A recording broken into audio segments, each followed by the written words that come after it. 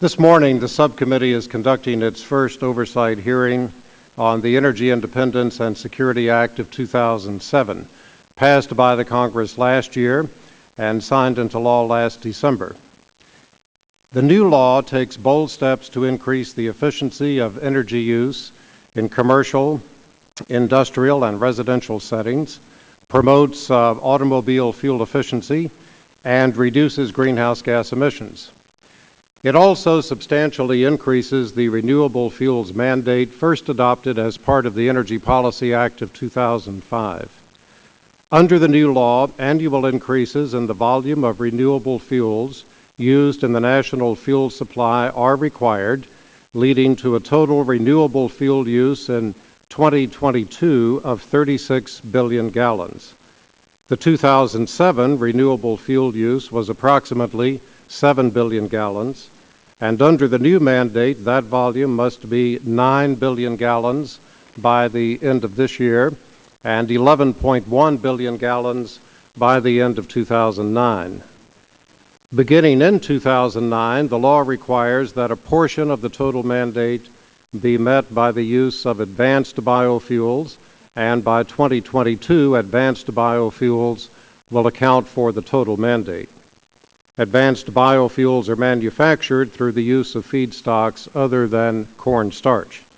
But today, cornstarch is the feedstock for most of the U.S. renewable fuel supply, and it will remain the primary feedstock for years to come until advanced biofuels, such as cellulosic ethanol, achieve broad market commercial deployment.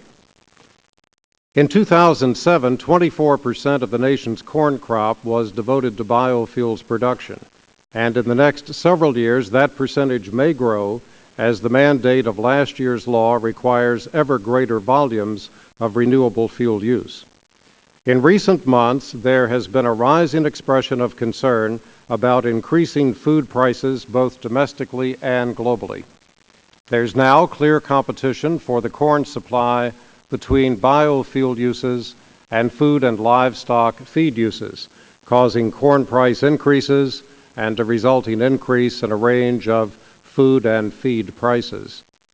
As corn production has increased, in part because of the rising demand for its use in biofuels, farmers have converted land once used for wheat and soybean production to corn, causing a rise in wheat and soybean prices as well.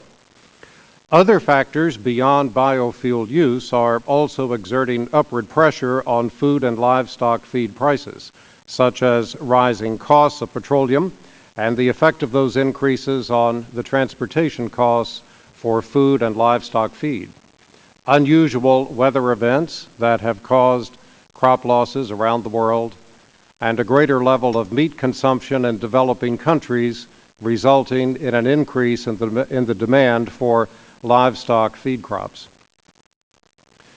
Beyond those concerns, in a series of recent reports, arguments have been advanced that the clearing of land for corn-based ethanol production releases large quantities of CO2 into the atmosphere, resulting in life cycle greenhouse gas emissions for the biofuels so produced that are greater than the life cycle greenhouse gas emissions of the petroleum that those biofuels displace. Calls have been made by some for a re-examination of the biofuels mandate in light of these concerns. Today, we will hear testimony from a range of interested parties regarding the appropriateness of the mandate in light of the current debates over food and feed prices and the overall effect of ethanol production on the transportation fuel life cycle greenhouse gas emission. We will also receive testimony from our colleague from South Dakota, Stephanie Herseth-Sandlin, the author of H.R. 5236, which would amend the renewable fuels standard to enable woody biomass removed from federal lands to be used as a feedstock for cellulosic ethanol production, which in turn would qualify under the biofuels mandate. Also appearing this morning is Bob Myers, a former counsel to this committee and currently an administrator of the Air and Radiation Office at the EPA.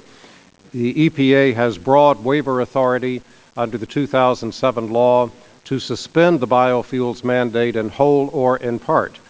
And Mr. Myers will advise the subcommittee this morning of the status of consideration by EPA of the request that the agency to date has received, asking that it exercise that authority.